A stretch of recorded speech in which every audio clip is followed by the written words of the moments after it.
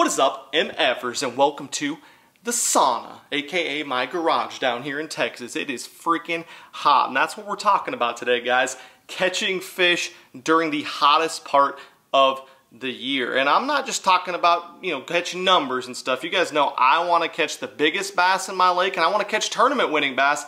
And that's what I'm going to run you through today, guys. The top 5 baits for July for going out and catching big fish. I've been getting questions, comments like crazy saying, it's super hot, how am I going to catch fish when it's this hot outside? Do you have to go deep? Should I focus on cover? Should I focus on offshore? Whatever. I'm going to run you through several baits that I start with in my rotations, both deep and shallow. And then at the very end of this video, stay tuned because I'm going to show you guys a bait that's just going to be your cleanup trick. When nothing else will work, whether it's shallow or deep, whatever, you can throw this and you will get bit. Okay, bait number 1, my all-time favorite bait probably for throwing this month, and I'm already gonna cheat. It's not necessarily a single bait, it's more of a genre of baits, but it's these guys right here.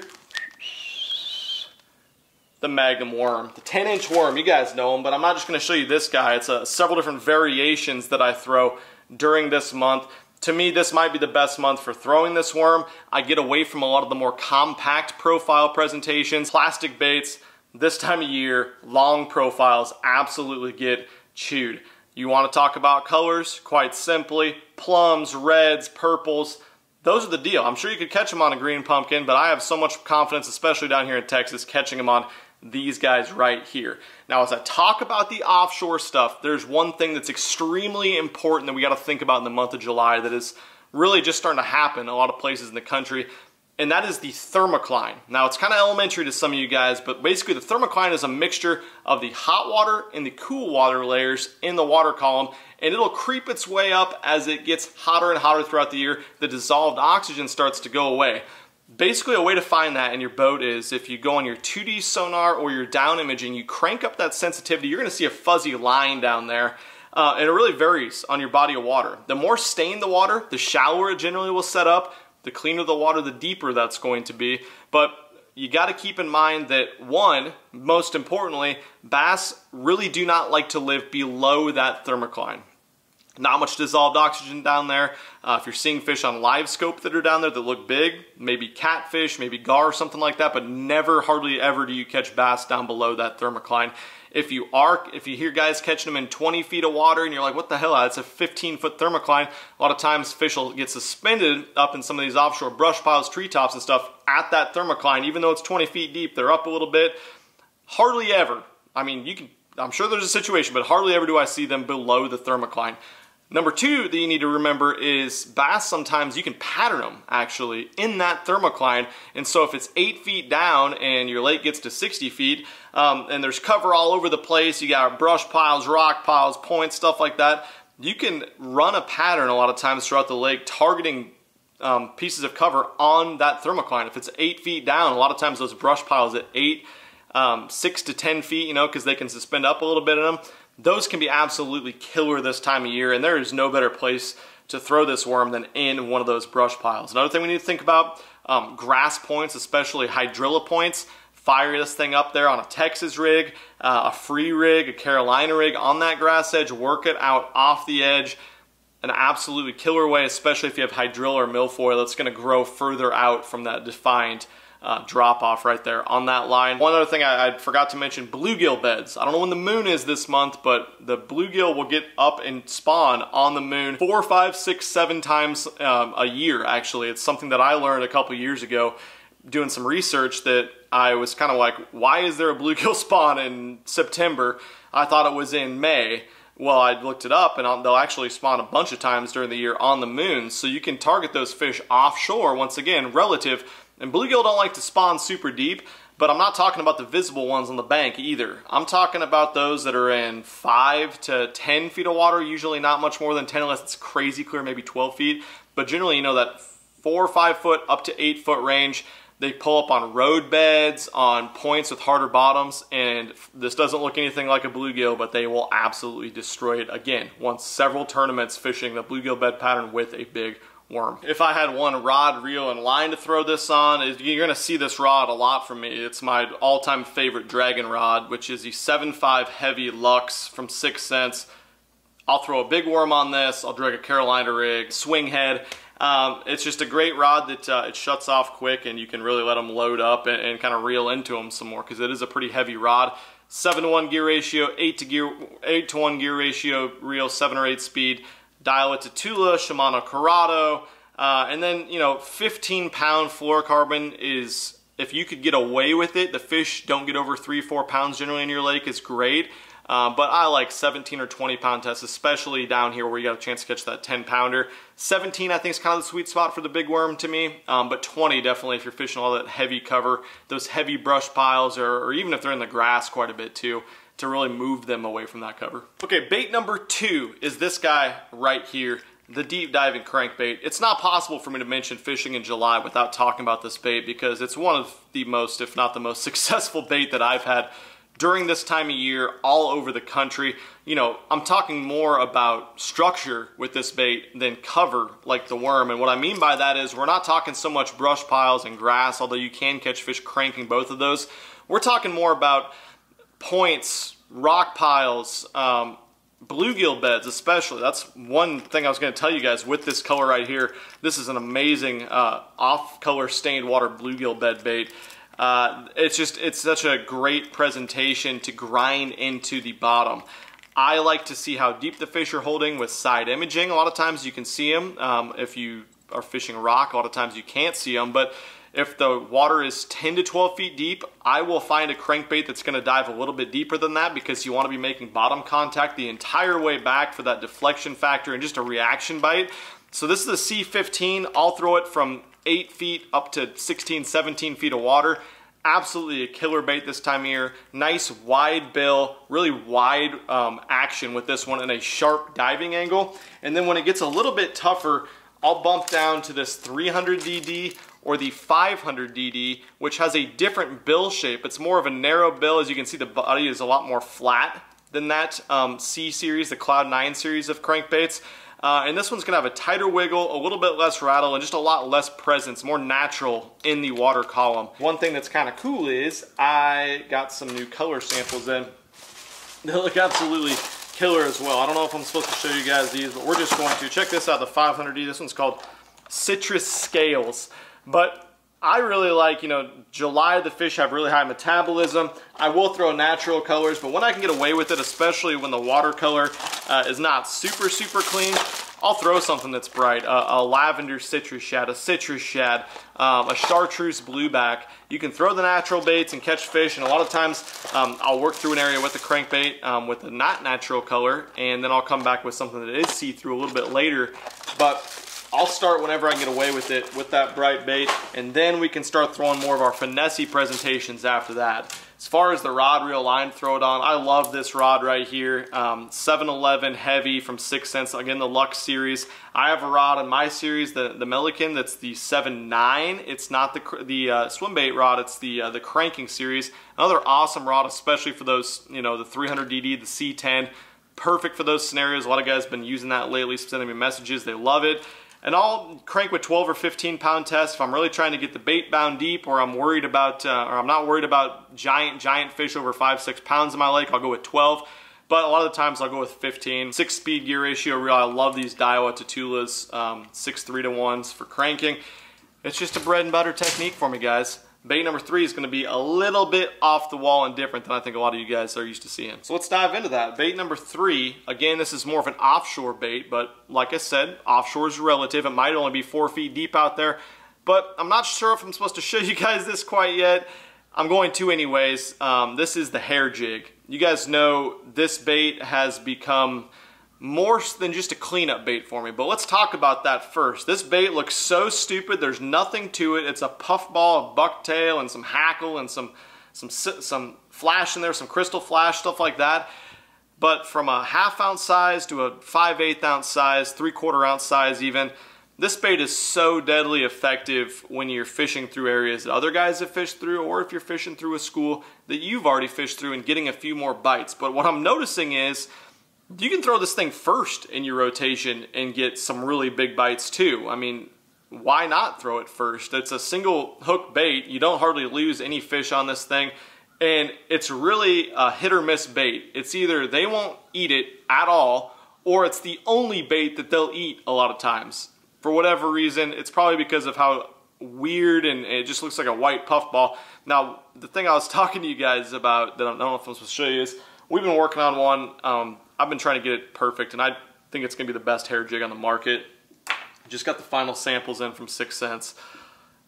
When we talk about realism, you know, we take a bait that is just a simple white puffball like this right here, and we start working on it to the point where we got all those features that make this hair jig really good, which is the bucktail, the hackle feathers, the flash, and just the realism. And then we start turning it into something that looks insanely detailed with that detailed head.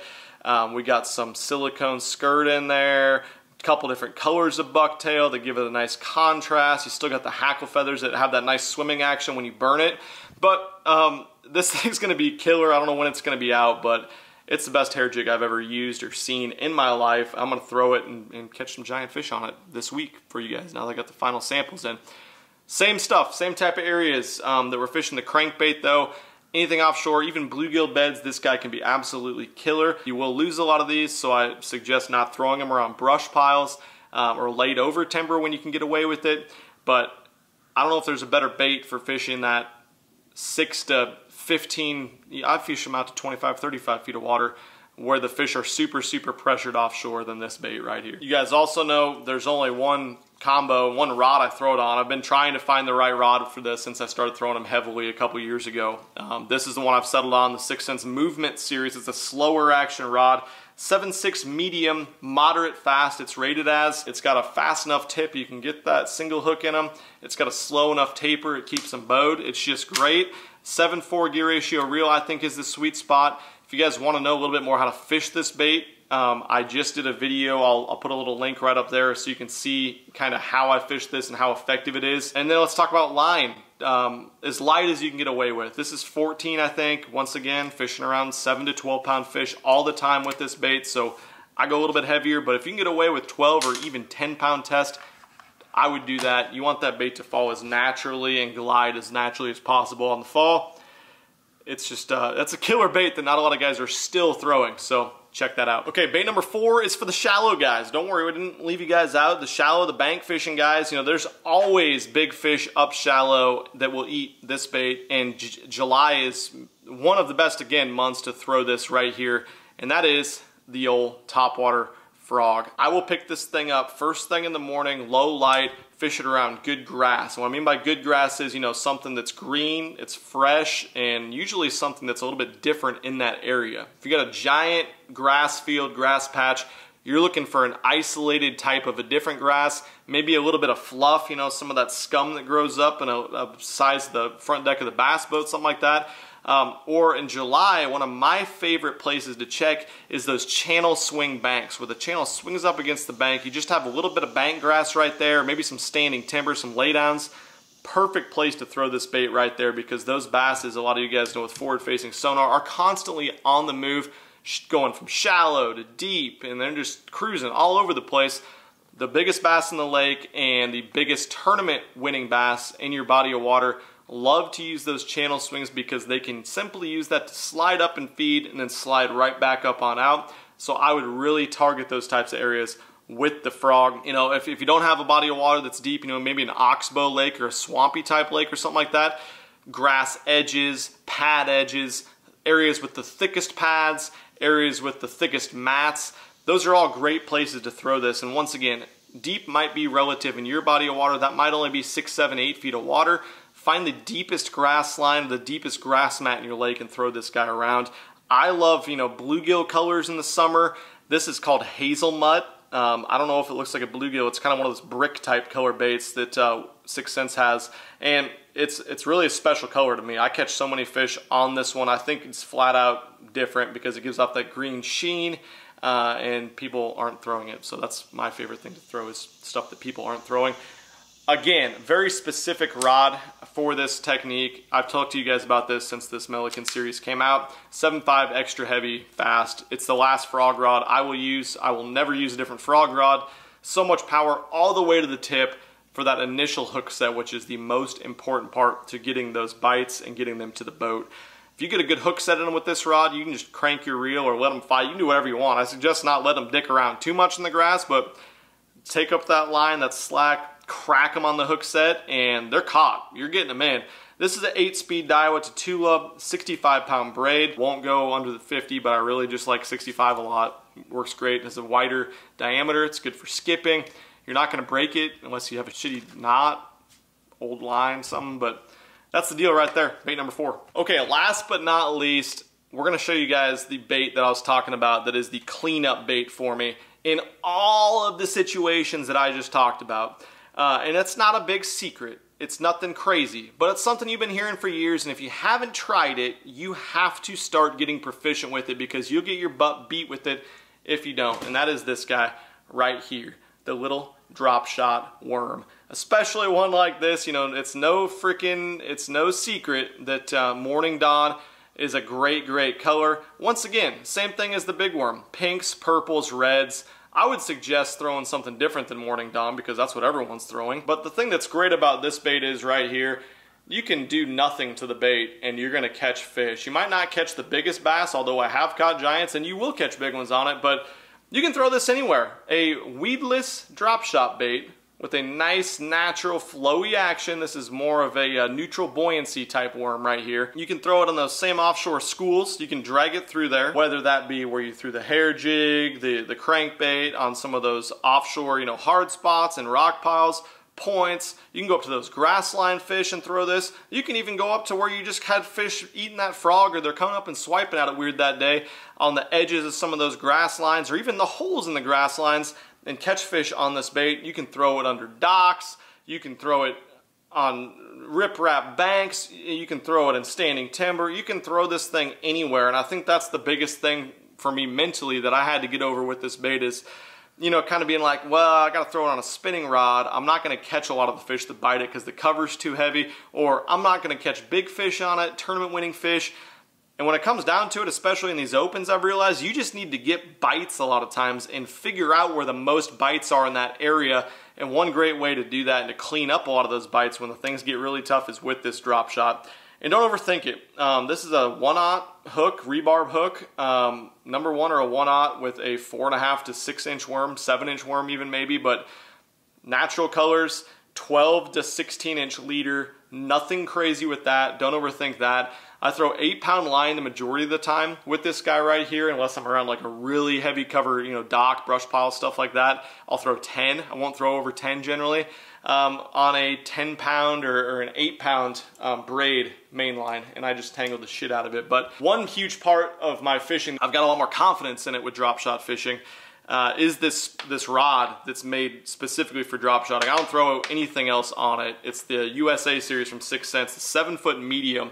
It's just a totally different taper than anything I thought would be good and what I heard would be good. I don't even know. It's special. You catch all the fish that bite it pretty much, and you don't lose any of them unless you would get broken off, basically.